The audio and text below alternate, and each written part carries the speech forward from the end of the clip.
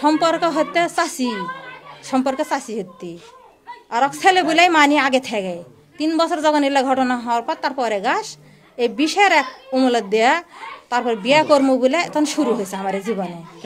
শুরু না না না না পাড়া পয়সা প্রতিবেশী কারোর সাথে কোনো ইয়ে নাই, এরা প্রতিবেশী। রাজশাহী।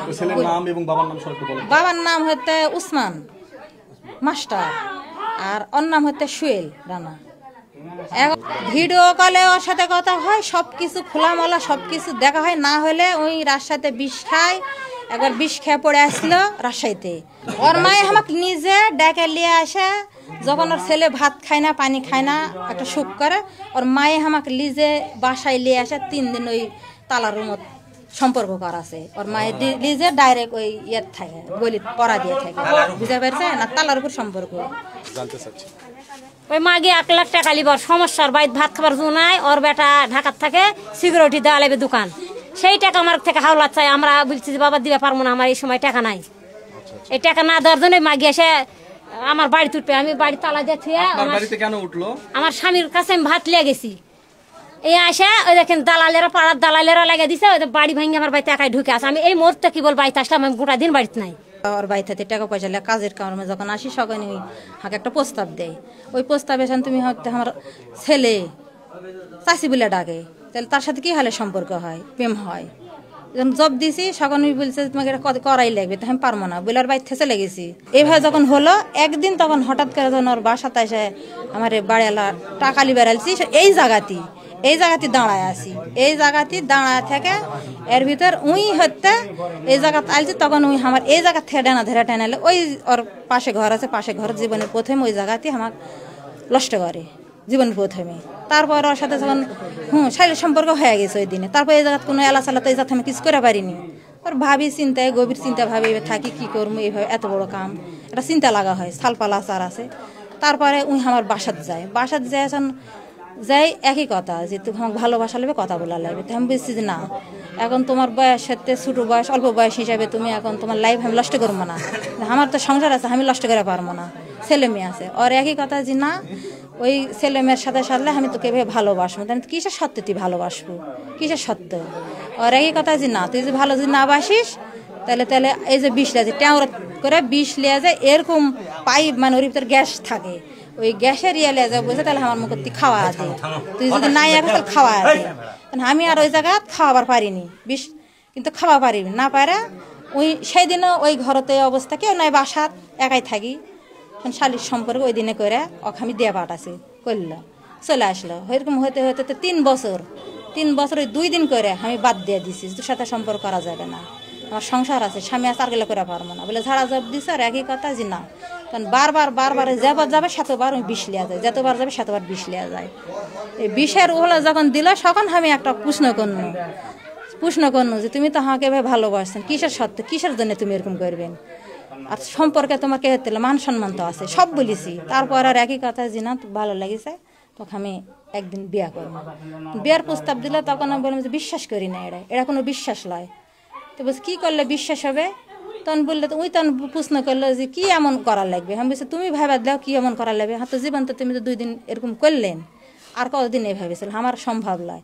বারবার পিছিয়ে গেছি, কথা শোনেনি। তারপরে লাস্টে যায় ওই বললে যে আমি কোরআন শরীফ সে কসম খামো তখন বিয়া করবো। তখন আমি তাহলে অজু করে আসা আমি কোরআন শরীফ শুয়ে আমাকে কথা দিছে যে আমি কিছুদিন আমাকে সময় দিলে আমি চাকরির জন্য না দৌড়ে ঝাঁপাই ভাই করবো করে এই কোরআন শরীফ শপথ খেলে। আর আমাকে কোনো ছেলের সাথে কথা বলবার দিবে না, কোনো কারোর সাথে কারো বাইর যাবার দিবে না, মানে ঘরের বউ যেভাবে থয় সে লাগান করে আমি হাঁক বাধ্য করে থয়। স্বামীর কাছে সুদ পেট দিবে না, স্বামীর কাছে উঠ পেট দিবে না, এরকম সেলেন মানে সবার সেরকম করে। তাহলে আমি এতগুলো তো মানা পাবো না, একজনের সংসার থেকে এতগুলো কি কথা কি মানা যায়? উনি তো হারাম স্বামী লয় মানবো। তারপরে যখন এইভাবে যখন দিন চলতে যখন 2 বছর 1 বছর এইভাবে চলে গেল, যতবার যাবে সেতবার বিষ লিয়ে যাবে, হানহুটাত যাবে, 2 আর খুলবে, ঘরত ঢুকবে, মানে বাসায় কেউ থাকে না, জোর পব্য করে বেশি শারীরিক সম্পর্ক আমার হয়েছে, বেশি জোর করে। তারপর এরকম হতে ওর সাথে আমার সম্পর্ক জড়া যায়। ওই আমার পিছনে ঘুরে 3 বছর, আর এইভাবে সম্পর্ক আর শারীরিক সম্পর্ক আমার 8 বছর থেকে এই সম্পর্কটা চলে। শুধু বিয়া করার জন্যে, বিয়ের একটা উপলক্ষ দেওয়ার জন্যে চাকরি পেলে তো বিয়া করবো। ওই কোরআন শরীফ সে যখন ওই আল্লাহর ক্রিয়া খায়া যখন কসম খায় তখন আর একটা মনের ভিতরে একটা বিশ্বাস আল্লাহ তার সুযোগ পাইছে, এই বিশ্বাসের উপর আমি পড়ে আসি। আমি আগের থেকে শুনি যে এর সম্পর্ক আছে, কিন্তু আমি কোনোদিন দেখিনি। মেয়ে ওর স্বামী সংসার করে আর ছেলে লেখাপড়া করে। গ্রামবাসী হিসাবে আমরা যারা উপযুক্ত উচিত যেটা বিচার সুষ্ঠু যেহেতু ওরও একটা ঘর সংসার আছে, স্বামীর ঘর, ওর ভাতটাও নষ্ট হয়ে যায়, ওই স্বামীও তো আর ভাত দেবে না। তো এই মেয়ের যান সদ্গতি ভালো, যেটা নিজ দেশাচার যেটা সেটা করে দেয়। ভাই ঘটনা আজ থেকে আরো 8 বছর আগের থেকে সাথীর সাথে সম্পর্ক করে মনে করেন যে এর আগে জোর বোনাটোর দিয়ে খাওয়া করছে, থামে আছে। হঠাৎ করে মনে করেন আজকে 9টার থেকে 10টার ভিতরে ওদের বাড়িতে ঢুকে জোর পর্ব করে মেয়ে 2বার ধর্ষণ করছে। করার পরে ছেলের মেয়ের যে ছেলে আছে, ছেলের বয়ে ঘরত ছিটকি লাগাই দিয়েছে। দেওয়ার পরে মেয়ে ধাক্কা মেরা বাইর করে চলে আসছে ওর বেটাক, মেয়ের ছেলের মায়ে লিয়ে আসে। ছেলে পাইলে চলে গেছে, ওর মেয়ে এখানে আছে। তা আমরা চাচ্ছি সুষ্ঠু বিচার এবং ওর সাথে যান বিয়ে দিয়ে যান এখানে থেকে হয়, এলা নয় যান না হয়। বাইক পুষা গেছে, আমার কথা হয় সকালবেলার সাথে গেলা হয়েছে। এর ভিতর যায় ওই যে আমার দরজা লাগিয়ে দেয়, পানি তুলে আমি গোসল করেছি। এই গোসল করতেই ওই যায় ওই সিটকির ভিতরে 2 লোক, হয়তো বাইক গেলে বুঝা পারলেনি। ওই সিটকি এই লোকটা খুলতে বেটার বউ আছে, আচ্ছা সওয়াল আছে কোলো, তো ওই সওয়ালে দৌড়া দরজা তালছে যে কিসের জন্য তুমি দরজা খুঁজেছেন, তুমি হেঁটো, তুমি কিসের জন্য দরজা খুলেছেন এবার দূর করে।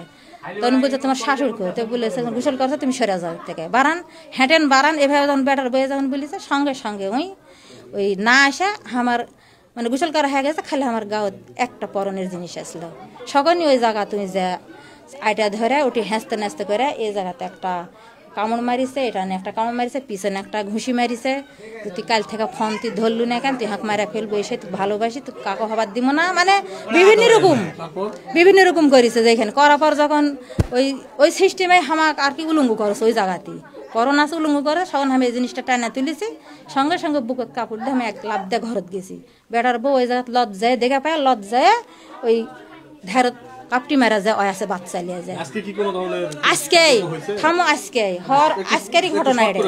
তারপরে ঘরত গেছি, সকালে ওটি জোর করে আমাকে আর পড়ানোর কোনো যেদিন পড়াবার দেয়নি, সব ওটি এক করে 2বার হয়েছে। তুমি প্র্যাকটিক্যাল প্রমাণ জানলে আমি প্রমাণ দিতে, আমি এখন ওই অবস্থায় আছি, ওইভাবে আছি। 2বারই ধর্ষণ করেছে আজকে আমার ঘরে, এই জোর করে আমার বাড়িতে। তারপরে এর মা এর চাচার কাছে ফোন দিছে, তখন আমি বলেছি যখন বেড়ার বইয়ের সাক্ষাতে তুই যখন ভয় করলু না, আমার ইজ্জত তেলে টানাটানি করলু, ইজ্জত তো আমার ভাত হবে না, তাহলে তুই আমাকে বিয়া কর। এই মতে এই ঘরতে কাজে লিয়ে আসা কালমা করে আমাকে তুই বিয়া করে লেবস, বাইর যাবো কি কুটে চাইলে যাবো, তুই সাথে আমাকে লিয়ে আসা।